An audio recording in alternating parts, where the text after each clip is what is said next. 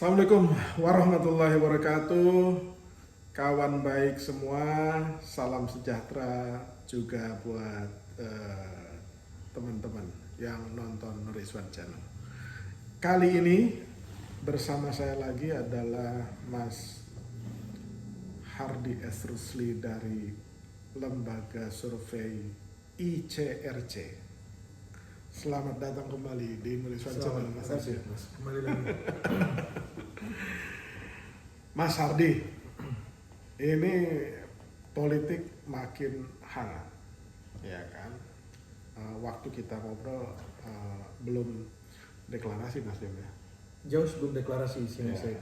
Oke, karena kita bahas tentang kepuasan Mas Anies memimpin Jakarta. Tapi kali ini saya ingin membahas tentang Nasdem, Anies, koalisi dan lain sebagainya, ya kan? Mas Hardy, melihat suasana Nasdem pasca deklarasi dan menghangatnya situasi politik terakhir agak ramai itu, ya kan? Agak ramai antara Mas Hasto dengan Bang Zulfan dari Nasdem.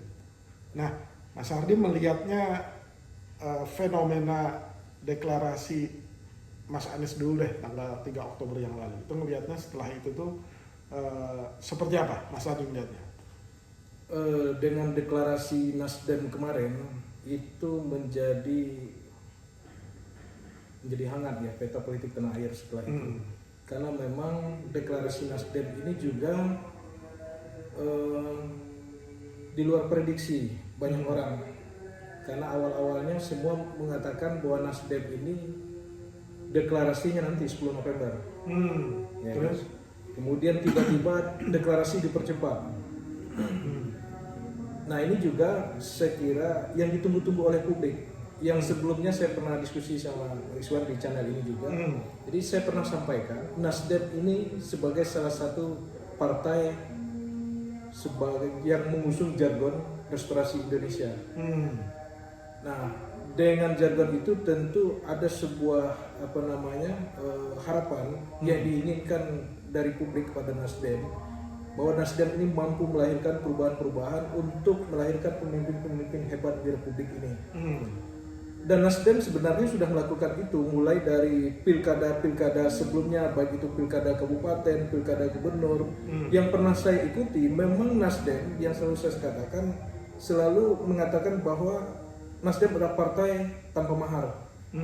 Karena mereka punya niat untuk melahirkan pemimpin-pemimpin yang bagus dan berkualitas. Contoh misalkan, yang pertama kali deklarasi Jokowi misalnya, Nasdem. Ya. Kemudian yang pertama kali deklarasi Ridwan Kamil Jawa Barat, Nasdem juga. Makanya saya pernah bilang di salah satu diskusi, yang saya tunggu itu kapan Nasdem akan deklarasikan calon presiden yang menurut Nasdem itu yang terbaik, pilihannya dari masyarakat misalnya. Nah, itu jawabannya kan ke Anies. Nah, kemudian sebelumnya kan ramai juga berbicara tentang Nasdem dukung Anies suaranya turun. Itu ramai itu framingnya waktu itu. Ada lembaga survei langsung mengeluarkan begitu habis deklarasi langsung mengeluarkan Nasdem nyungsep gara-gara dukung Anies gitu. Nah, menurut Mas Hardy, mulai sebelum deklarasi saja wacana kan sudah mulai sangat kuat sekali itu bahwa Anies ini bakal didukung oleh Nasdem. Nah, sehingga saya SMRC Saiful Mujani Research and Consulting pernah melakukan survei. Sehingga saya itu pada bulan Agustus berarti sebelum deklarasi. Jadi di antara semua calon presiden, baik itu Ganjar, Prabowo maupun Anies, pemilih Nasdem itu ada kecenderungan naik lebih kuat itu di Anies. Yang Anies yang dulunya 3,8 kemudian naik menjadi 8%. Itu di pemilihnya Nasdem. Ada peningkatan di sana. Nah, kemudian dibandingkan pemilih Ganjar misalkan di Nasdem itu stagnan. Dan itu yang juga yang membuat mengapa elektabilitas Nasdem pada saat itu itu nggak naik. Dan justru hampir semua lembaga survei mengatakan hasil survei Nasdem itu turun. Termasuk di survei ICRC sendiri pada waktu itu suara Nasdem elektabilitasnya masih kecil walaupun kita surveinya di DKI Jakarta masih kalah. Nah, alasan saya pada waktu itu karena publik masih menunggu. Ini Nasdem deklarasi calonnya siapa? Apakah Anies, Ganjar atau Andika? Kalau seandainya deklarasinya nanti diputuskan itu adalah Ganjar, apakah nanti elektabilitas Nasdem akan naik? Karena kita tahu bahwa Ganjar adalah pemilih terbesar beliau, pasti akan dukung PDI Perjuangan, bukan akan lari ke Nasdem. Begitu juga dengan Andika. Andika elektabilitas sendiri itu pun masih kecil, jadi untuk mendapat efek elektoral dari Andika sulit bagi Nasdem. Maka harapan terbesar untuk bisa mendongkrak elektabilitas Nasdem salah satunya adalah dukung Anies. Karena dengan memberikan dukungan ke Anies minimal itu akan memberikan beberapa catatan penting. Yang pertama, suara pemilih Prabowo. Suara pemilih Prabowo yang irisannya hampir sama dengan Anies, yang tidak puas dengan Prabowo masuk ke istana, misalkan ke lingkaran pemerintahan, otomatis akan kecewa dan pilihannya tidak lain akan ke siapa? Ya salah satu ke Anies, ya kan? Nah kemudian yang kedua, di pemilih-pemilih terbesar yang mayoritas basis lawannya Prabowo itu ada di Jawa Barat. Irisan pemilih Jawa Barat, kalau Ridwan Kamil nggak maju, itu pilihan ke siapa? Apakah Prabowo ke Anies? Kalau menurut saya dari data yang saya baca dari hampir semua lembaga survei, itu kecenderungan itu akan lebih besar kepada Anies dibandingkan akan memilih calon-calon yang lain. Ya, maksudnya Mas Ardi berkaca dari Pilpres 2019 kan Jawa Barat itu yang kuat di sana kan Prabowo sama Sandi waktu itu. Nah sehingga berarti kesimpulannya nih luruskan. Kalau misalkan menurut Mas Hardi banyak kekecewaan misalkan di daerah-daerah di mana dulu menjadi basis Prabowo, pas Pak Prabowo masuk ke kabinet kecewa, dan itu akan migrasi suaranya ke Anies yang bukan bagian dari pemerintahan. Nah salah satunya kan Anies. Nah ditambah juga faktor alam yang hari ini yang ikut mendukung ya, suasana geopolitik internasional, kemudian perang antara Rusia dan Ukraina itu kan menimbulkan gejolak secara internasional, baik dari sisi ekonomi dan dukungan eksternal juga akan ikut mempengaruhi di sana. Nah kemudian yang kedua dari apa yang saya lihat dari hasil survei terakhir, kita melihat bahwa pilihan Nasdem dengan mendukung Anies itu bukan tanpa risiko. Dan itu disampaikan oleh Pak SP juga pada saat deklarasi. Ada yang kecewa, kemudian ada yang senang, ada yang iri, ada yang dengki gitu kan. Kita harus siap-siap dengan yang namanya serangan-serangan politik, dan itu terjadi hari ini. Jadi Nasdem dengan disebut istilah ada nama yang disebut Nasrul, kan? Itu kan bentuk kekecewaan orang yang pro Jokowi. Kenapa Nasdem ini pilih Anies? Nah kemudian yang kedua, yang ketiga ada yang mundur tokoh-tokoh Nasdem gara-gara Nasdem dukung Anies. Ada beberapa lah, nggak banyak. Tapi yang masuk justru mungkin lebih banyak. Terutama di Indonesia Timur. Di NTT saya lihat ada tokoh dari NTT juga ada yang mundur. Tapi misalkan di Indonesia Timur dari beberapa kepala daerah ini juga akan menjadi mesin bagi partai Nasdem. Misalkan di NTT misalnya, terbicara Indonesia Timur ya, yang bagian kemarin yang banyak ada yang mundur juga kalau nggak salah dari NTT. Tapi saya nggak begitu khawatir karena Pak Victor masih di Nasdem, kemudian ya insya Allah di NTT masih aman lah Nasdem. Nah, kemudian di sisi lain akan ada peningkatan elektoral Nasdem itu di pemilih-pemilih yang nasionalis, yang pendukung Prabowo sebelumnya, yang nasionalis itu akan pilihannya kalau nggak ke Demokrat kan ke Nasdem. Nah disinilah kesempatan bagi Nasdem untuk bisa memanfaatkan peluang itu. Contoh di Jawa Barat atau di Sumatera, nah ini peluang bisa diambil. Nah dengan masuknya Anies menjadi salah satu yang diusung oleh Nasdem, tentu ini akan menjadi poin penting bagi Nasdem untuk start lebih awal dibandingkan partai-partai yang lain. Nah hari ini kan yang sudah deklarasi calon presiden, salah satunya kan Anies lewat Nasdemnya. Iya. Kemudian yang lain ya ada Gerindra dengan Prabowo. PKB, misalkan itu ada Prabowo, misalkan dengan Caimin, PKB udah deklarasi. Ya kan? Kemudian satu lagi ada yang yang coba-coba mau deklarasi misalnya kan, tapi nggak sesuai dengan bacaan politiknya mungkin, karena mau deklarasi Ganjar, tapi Ganjar bukan kader partai yang bersangkutan, kemudian diolok-olok kan di media sosial kan. Nah ini juga menjadi catatan bagi partai-partai politik ya. Cuma anehnya gini, ada lagi nggak tambahan poinnya? Saya kira itu aja. Itu. Nah, maksud saya gini, kan awam tersenyum sambil meledek. Di waktu partai lain deklarasi capresnya kan nggak ribut, nggak rame banget gitu loh.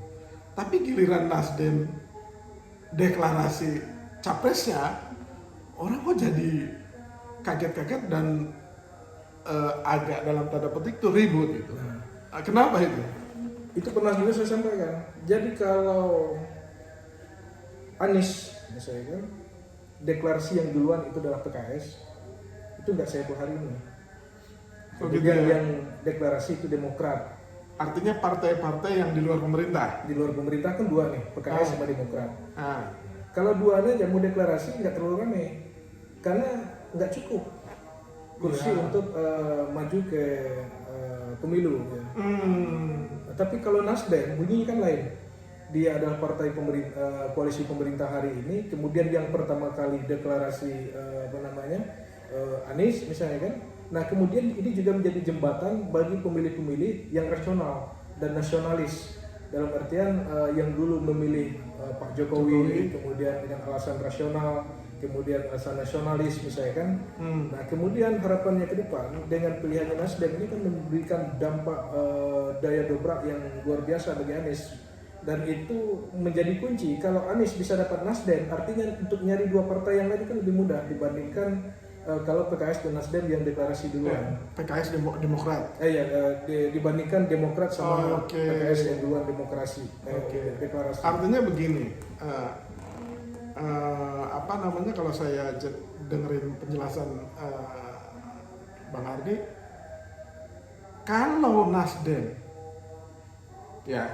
tidak deklarasi maka untuk Anies, maka Anies hanya didukung oleh Demokrat dan PKS dan tidak akan bisa berlayar menuju pemilu 2024. Yang itu terancam di sana.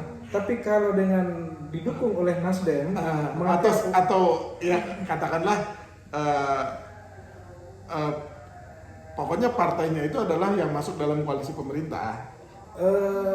Kalau saya lihat Anies ini misalkan diupayakan untuk tidak bisa maju.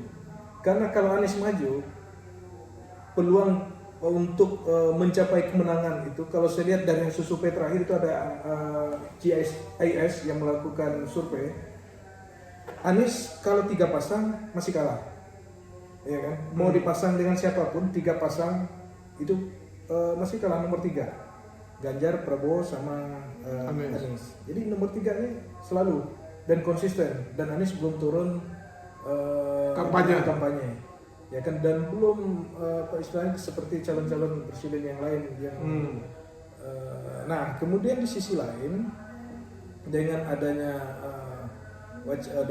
Nasdem ini, kemudian kita lihat dalam simulasi yang dilakukan oleh CIS dan itu membuat ramai juga, Anies nomor 1 kalau head to head. Makanya sesuai dengan apa yang saya prediksikan di awal, Anies di 3 pasang dia sulit untuk menang karena memang dia belum kampanye ke lapangan. Kemudian irisan pemilihnya sama dengan Prabowo, ya beda-beda tipis nih, bisa Prabowo yang lolos ke putaran 2 atau Anies putaran kedua. Tetapi dengan Anies berhenti jabatannya purna di DKI Jakarta, dia punya konsentrasi yang penuh untuk menyapa relawannya ke seluruh Indonesia dan menyapa jaringan partai pendukungnya, tentu akan memberikan dampak elektoral yang mungkin akan berubah nanti ke depannya. Kita akan lihat nanti ya, mungkin di Desember nanti baru kelihatan itu. Nah, seperti apa dampak elektoral dari Anies pasca Gubernur DKI. Nah, dikuatkan lagi dengan data CIS tadi. Kalau seandainya masuk ke putaran kedua, Anies PS Ganjar atau Anies PS Prabowo, maka Anies yang unggul dibandingkan capres-capres yang lain.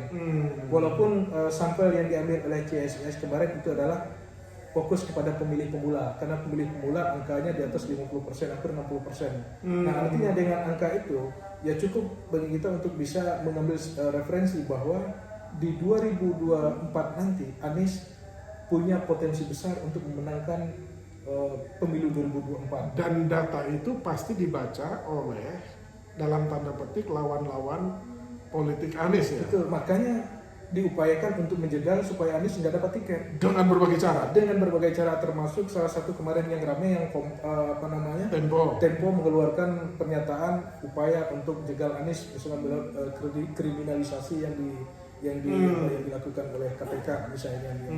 Nah, itu kan sebagai salah satu bentuk ketakutan jika Anies ini turun ke gelanggang. Jadi udah dibaca ini kalau Anies turun ke gelanggang bahwa ini potensi menangnya cukup luar biasa kalau menurut saya. Besar. Cukup besar. Oke. Nah, kalau kan sampai sekarang PKS sama Demokratnya kan nggak tahu deh deklarasinya kapan. Tapi nggak mungkin bergabung ke koalisi pemerintah lah dua ini. Enggak, kalau menurut saya enggak. Kecil kemungkinan. Yang kalau saya lihat kenapa belum deklarasi, lebih kepada penyamaan persepsi saja kalau saya lihat. Dan hitungan-hitungan kesamaan persepsi itu yang lagi diukur kalau saya lihat. Oke. Kalau nggak salah sih 10 November ya, saya pernah dengar itu dari Demokrat akan deklarasi itu 10 November ya. Ya mungkin nanti akan sekaligus dengan PKS terjadi. Iya. Ya memang kalau nggak ada Nasdem, nggak mungkin PKS sama Demokrat melenggang sendirian kan, karena koalisi pemerintahnya dalam tanda petik itu udah dikunci kan. Justru udah dengan ada KLB, udah ada PDIP kan gitu. Justru dengan deklarasinya Nasdem itu membuka peluang dan opsi bagi partai lain seperti PAN dan P3 untuk bisa bergabung di koalisi ini. Dengan deklarasinya Nasdem ya. Tapi kalau kemarin yang deklarasinya bukan Nasdem, belum tentu PAN dan P3 ini punya harapan untuk bisa masuk di koalisi Nasdem tersebut.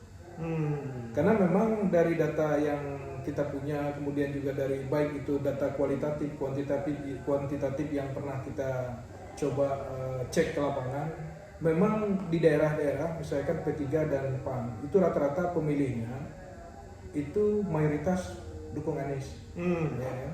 Dan juga diperkuat oleh hasil survei ICRC di DKI Jakarta, bahkan lebih ekstrim lagi, itu 86% pemilih PAN itu adalah dukung Anies. Jika PAN dan P3 tidak dukung Anies, maka ini akan menjadi tantangan besar bagi PAN untuk bisa lolos ke parlemen threshold ke depan. Kenapa? PAN nanti akan dihadapkan juga dengan Partai Umat. Partai Umat kan lolos nih sementara nih verifikasi. Nah, kalau PAN salah langkah, bisa jadi pemilih-pemilih PAN yang rata pemilih-pemilih nasional, moderat, Islam moderat, kemudian Muhammadiyah, itu tidak menutup kemungkinan akan lari ke Partai Umat, migrasi ke Partai Umat, dan ini terancam untuk bisa tidak lolos ke parlemen threshold kalau PAN salah pilih. Tapi kalau PAN bisa baca peluang dan hitung-hitungannya, kalkulasi yang masuk, mungkin tidak menutup kemungkinan PAN juga bisa masuk ke koalisi Anies. Makanya sekarang di framing bahwa ada reshuffle kabinet. Jadi kalau reshuffle kabinet, maka PAN dan P3 punya potensi untuk menambah jatah menteri kabinet. Ya ini kalau saya lihat untuk memberikan harapan kepada PAN dan P3 ini untuk tetap setia bersama KIB. Gitu. Okay. Nah, kemudian Nasdem diancam untuk bisa keluar dari koalisi pemerintahan. Jadi ada dua partai yang justru bisa menambah PAN sama P3 itu. Iya. Kalau dia dukung yang lain, dampaknya ke partainya kecil. Karena apa? Karena kalau pemilihnya mayoritas di bawah itu dukungan ke Anies, ya kan? Kemudian sendiri PAN dihadapkan dengan adanya Partai Umat hari ini. Partai Umat yang ini kan pemilih dan irisannya kan hampir sama. Oke. Nah, itu yang perlu dibaca oleh Pak Zulhas dan kawan-kawan di PAN. Termasuk Pak Mardiono tuh ya. Ya, yang ketiga Pak Mardiono. Jangan sampai mereka punya legacy telah menggagalkan PAN dan P3 tidak lolos parliamentary threshold hanya karena salah milih calon presiden. Betul. Karena memang kira-kira begitu maksudnya. Betul. Karena pemilu 2024 hampir semua konsultan politik dari semua lembaga survei, maka pengaruh kotel efek di 2024 itu sangat menentukan karena pemilunya bersamaan. Itu hampir semua konsultan politik mengatakan hal yang sama. Makanya salah pilih presiden itu akan menentukan jalan partai itu masing ke depannya seperti apa. Nah, khusus untuk Nasdem, menurut Bang Ardi, serangan ke Nasdem ini tidak akan berhenti ya? Betul. Hah? Pasti akan sampai pemilu masih akan terus diserang ini kan, karena memang salah satu nanti akan menjadi partai pengusung kalau Anies jadi presiden, maka Nasdem itu adalah menjadi kingmaker di pemilu 2024 yang akan datang ini. Salah satu kingmaker. Salah satu kingmakernya nanti. Terus kalau tanggapan Bang Hardi tentang desakan Mas Hasto ya, sebagai pribadi saya melihatnya sih pendapat pribadi bukan pendapat partai ya. Kalau pendapat partai itu diwakili oleh ketua umum gitu. Ini kan pendapat Mas Hasto mendesak Jokowi untuk mereshuffle ya kan menteri-menteri dari Nasdem lah. Itu tanggapan Bang Hardi gimana? Itu salah satu bentuk ketakutan PDI Perjuangan terhadap manuver Nasdem. Mungkin bukan ketakutan PDI Perjuangan tapi ya ketakutan Hasto kali pribadi. Bisa jadi ya. Bisa jadi karena memang kalau Nasdem masih berada di pemerintahan, otomatis ini kan menjadi asumsi bagi masyarakat bahwa Nasdem itu komunikasinya masih bagus sama Pak Jokowi. Ya. Justru yang pusing itu beberapa elit di PDI Perjuangannya. Menurut Bang Ardi, desakan dari Mas Hasto itu diakomodasi oleh Pak Jokowi nggak? Kalau Jokowinya melihat mereshuffle semua menteri dari Nasdem. Kalau tergantung Pak Jokowi melihat dari perspektifnya mana ya. Kalau dia bicara tentang perspektif tentang pembangunan untuk Indonesia dalam kondisi yang seperti hari ini, untuk melakukan reshuffle sebegitu cepat setelah respon deklarasi Nasdem, saya kira juga akan membuat blunder bagi partai pemerintah, bagi pemerintah itu sendiri. Karena sekarang kita lagi para menteri kan lagi menata ya